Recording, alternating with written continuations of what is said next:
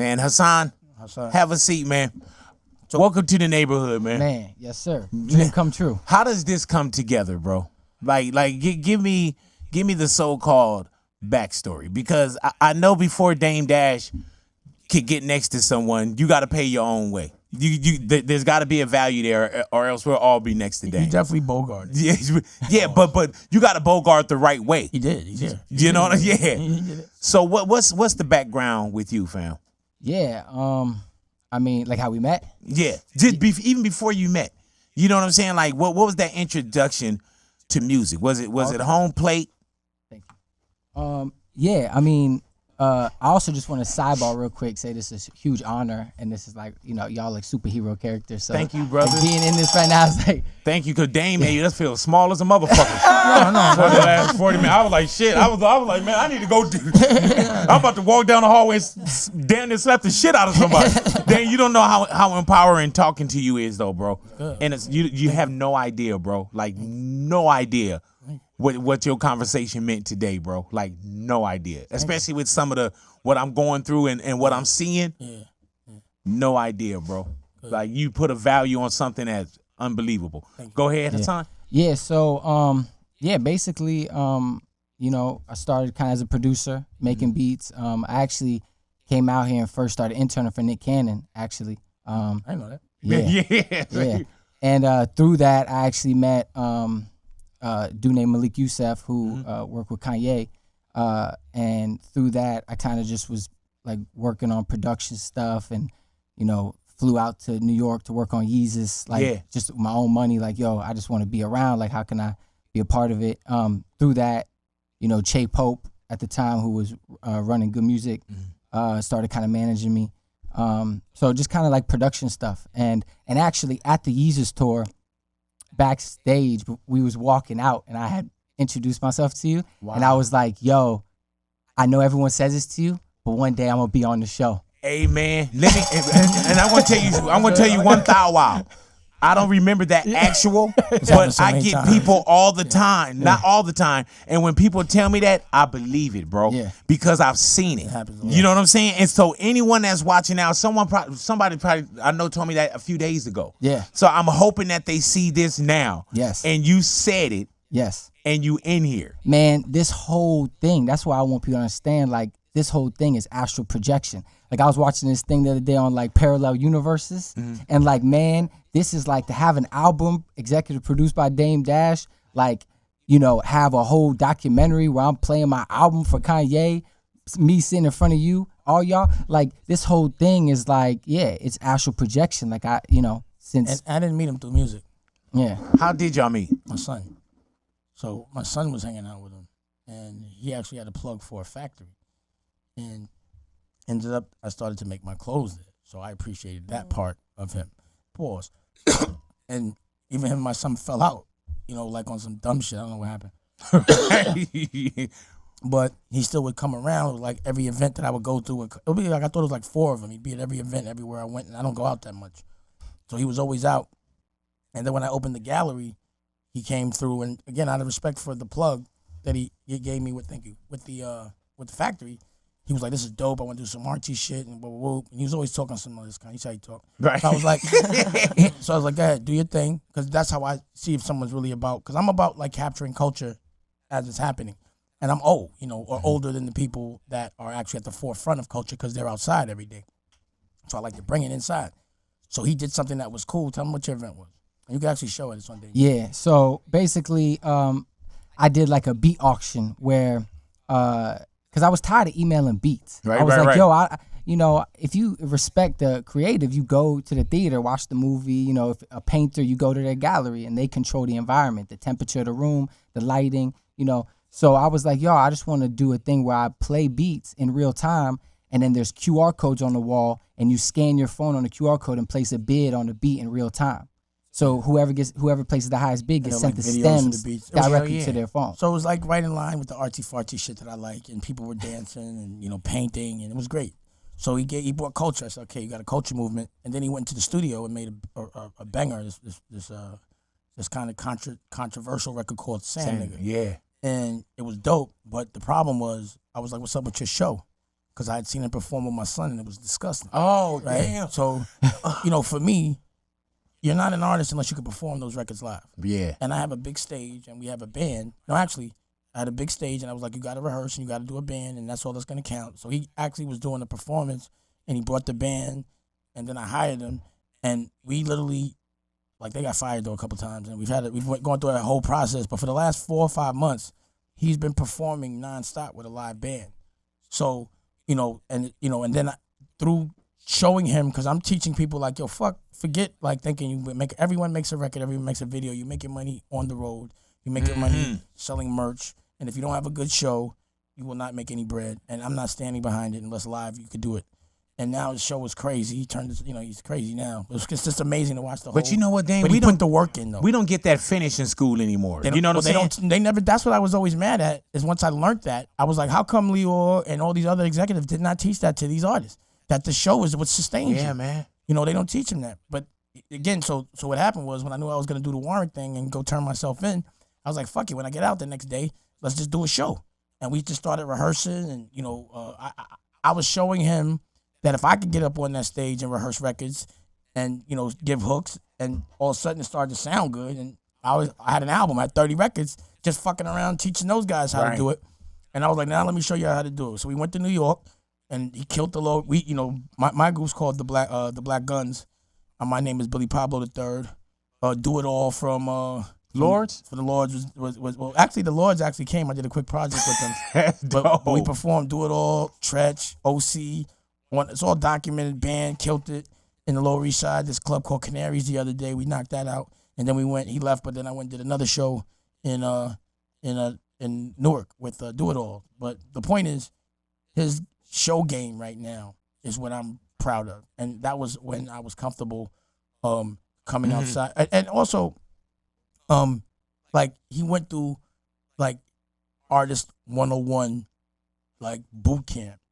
Like I would, me, I'm, you could ask him. He went through a lot, to get, and he always resilient, respectful, and he's been doing things that a lot won't do for their career. So like a lot of people come around because while I'm making movies, there's artists around and I make music, and we make the music. But I'm telling all these artists like, yo, we could do shows at my spot, but I'm not your manager.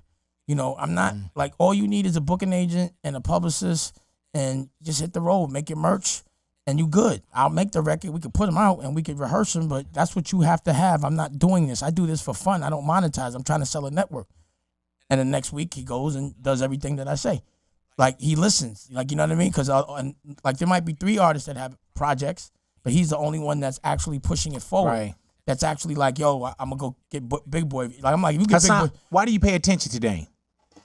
Man, because, being around him, it's funny because people say, what have you learned about the music business by being around Dame Dash? And I say, I've learned some, but I've learned more about family business. Mm-hmm. I've learned more about how, like, he created, like, I just went and watched The Irishman the other night, and I was like, man, it was like a mafia vibe of, like, how he creates everything being around family and like going and just seeing how he is with his family and his daughters. And, so it's taught me just respect on the level of like, he always says, the more you prepare, the more you care.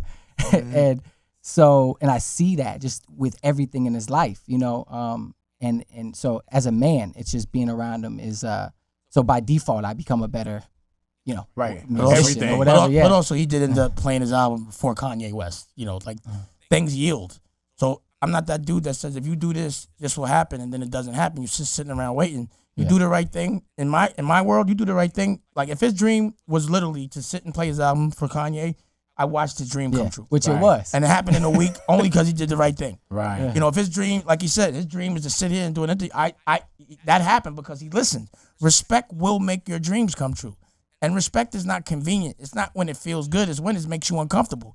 When, someone feels like, damn, I don't agree with him, but because I respect him, I'm going to do what he says anyway. That's respect. And I'm not going to say a fucking word about it because he deserves that, because he's taking care of the people, because he sold all these records. To not listen to me would be retarded.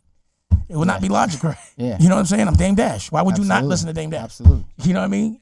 Now, if I was like 0-20 instead of 20-0, I could dig it. You know what I'm saying? But I just keep getting wins. And in every generation, I got so many different kinds of W's. I can't be wrong in this moment. I'm just not wrong because I keep yielding. I got too many rings. All right. You know what I'm saying? And that's what's so awesome because it's like, man, him being, like like what he said, the track record, the Jay-Z, the Kanye, it's so awesome to know that I got the next 10 years of music. Yeah. This is so cool. Hey, dude, how do you pronounce the name of your album? What is it? Mesopotamia. Mesopotamia. My father was born in Baghdad, Iraq. My grandfather was actually decapitated by Saddam Hussein when they came in with the regime. So my father became like political refugee with his 15 brothers and sisters. They got like mad kids and stuff. And yeah, they fled to like Syria, Lebanon with the Kurdish people, and they actually ended up living in Egypt for 2 years. So it's funny because the album cover is actually the pyramids in the middle of LA. Album cover is beautiful. But and all that, us playing the album for Kanye is out. The whole documentary will be out tomorrow. So that's dope. Yeah, so we have on record Kanye saying I want to be on Sand Nigga.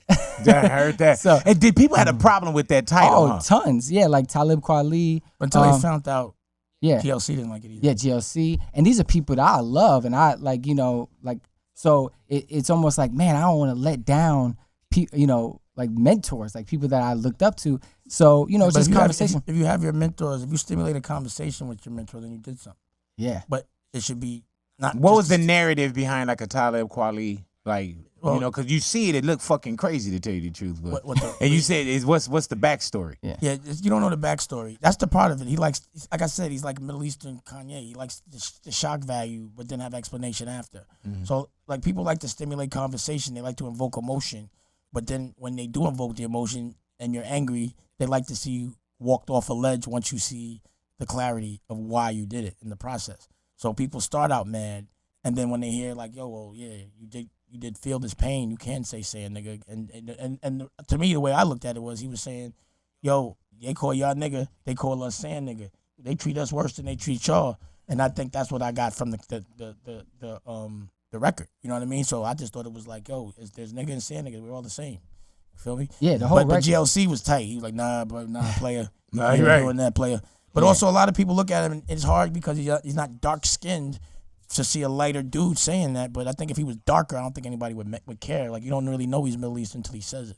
Mm-hmm. You know what I mean? So you might not know he's Middle Eastern, So as far as music, bro, like, I know you with Dame, you know what I'm saying? Like, and you got to stand out on your own too.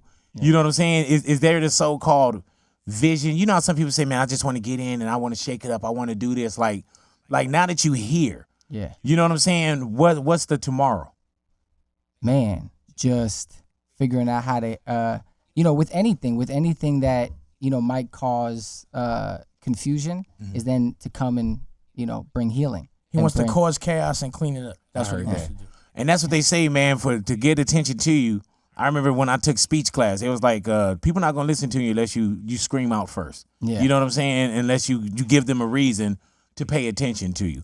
And that's what we all need. We need a reason for people to pay attention to us. Then when they start to pay attention, that's when you show either what your talent is, what your message is, or whatever it is like that. You have to have a point of view and you have to have a voice and you have to be unapologetic. And when you do that, you don't stand in a crowd because most people just want to fit in. Just being different is a win in this world. Everyone only feels confident in a crowd. So when someone does stand out, it's different. Hey, man, when Kanye said, you can't tell me nothing, has that always been a thing with you too, Dane? Like, really? No, certain people can tell me something. Right. But if you haven't done what I've done, you can't tell me nothing. And that's what Kanye meant. So you can't tell me how to be a boss unless you've been a boss. You can't tell me how to deal with losing money unless you've lost money. You can't tell me how it feels to win unless you've won. You can't tell me how to win unless you've won. I don't want to hear about your conspiracy or your theory. I only want to logically know about facts that yield. And that's the way. Don't tell me nothing unless you can get me or tell me how to get what I want. And the only way you could do that is if you've done it. I don't care. Everyone says, oh, they get offended because they haven't done it. That means you can't play the game. Right. You can't play my game. As much as people want to play my game, until you walk in my shoes, until you're a boss, until you put, like, the other day I was having a conversation with Master P. Mm-hmm. Now I got to listen to him. I'm not, he can tell me something. Yeah, man. You understand what I'm saying? There's certain people Kanye will not tell that to, but I think generally that was for the other 99 million people in this world that try to tell him what to do that aren't doing shit he's doing. It's annoying for fans to tell you how to play that's never played. It's annoying for someone to tell you how to, act when you get punched in your face and you've never been punched in the face. Right. It's annoying to hear that all the time from people that want to talk about you because they don't do it and they want to live vicariously through you to the extent that they get mad when you don't do what they want. That's ridiculous. That means you need to get your life together. What's the move now and what's the next move for Dame Dash, if you could reveal? Television network. Yeah. I'm going after Disney. The conversations I'm having, the Comcast, Verizon, and, those kind of things. And over the air, I just launched over the air in Charlotte. I'm about to do Atlanta. Real television, 24 hours. You could go to DTV24hours.com, and if it's not in your market, you could actually see 24 hours. Or you could go to Dame Dash Studios, and you'll see my streaming service, original programming, and all like scripted, docuseries, music, history,